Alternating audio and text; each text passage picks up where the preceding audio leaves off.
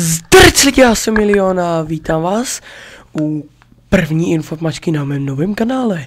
Pokusím se, aby byla tahle informačka co nejkratší a proto budu mluvit co nejrychlejší. Ale samozřejmě se budu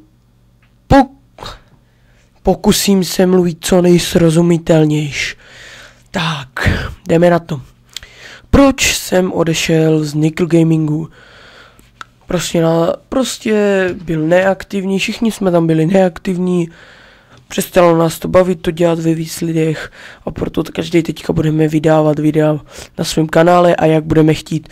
Prostě Nickel Gaming byl neaktivní a to je tak všechno k Nickel Gamingu. Dál, grafika na YouTube channel. Můj kamarád Ninja Rare pracuje na grafice, takže zatím tam nemám na YouTube nic. Teďka tam vy jste tam pravděpodobně ještě nic neměli vidět. Ale pracuje se na grafice. Dál natáčení. Chtěl bych natáčet Gotika 3.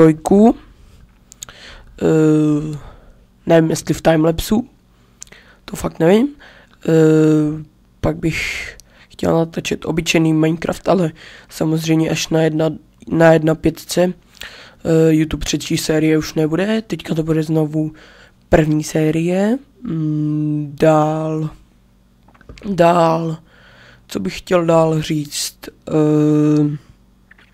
možná nějaký Redstone z Feed the Beast, a tím právě chci ještě navrhnout, že bych možná mohl natáčet Feed the Beast. Já vím, že těch sérií pak budu mít hrozně moc, ale aspoň se pak budete, já nevím, budu mít třeba 5-6 sérií a dejme tomu, že budu vydávat každý druhý den, tak se aspoň budete těšit na ten další díl z té série určitě, já nevím, třeba obyčejného Minecraftu se budete těšit, aspoň se budete víc těšit na ten díl a nebude ta jedna série tak často. Není to špatný dělat třeba víc sérií zaraz. A ještě teďka první série, co tam začne vycházet, to bude Super Hostile mapa v timelapsu. Budu dělat hodně často timelapsový videa. Taky bych chtěl dělat timelapsový videa v timelapsu, že prostě něco stavím. Co bych tak ještě dál chtěl, já teď ani nevím. Každopádně na té grafice se pracuje, dokonce i pracuju na intro, takže ještě před tímhle videem nebude samozřejmě ještě intro, ale tak nějak se na něm pokouším pracovat.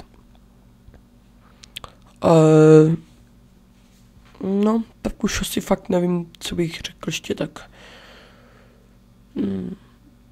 No, to bude asi tak všechno. Kdyby náhodou, tak ještě na konci videa, hned po tomhle, co to stopnu, pak si třeba vzpomenu za nějakou dobu ještě, že jsem něco chtěl říct, tak to k tomu přidám, takže to je asi tak všechno, takže zdarec!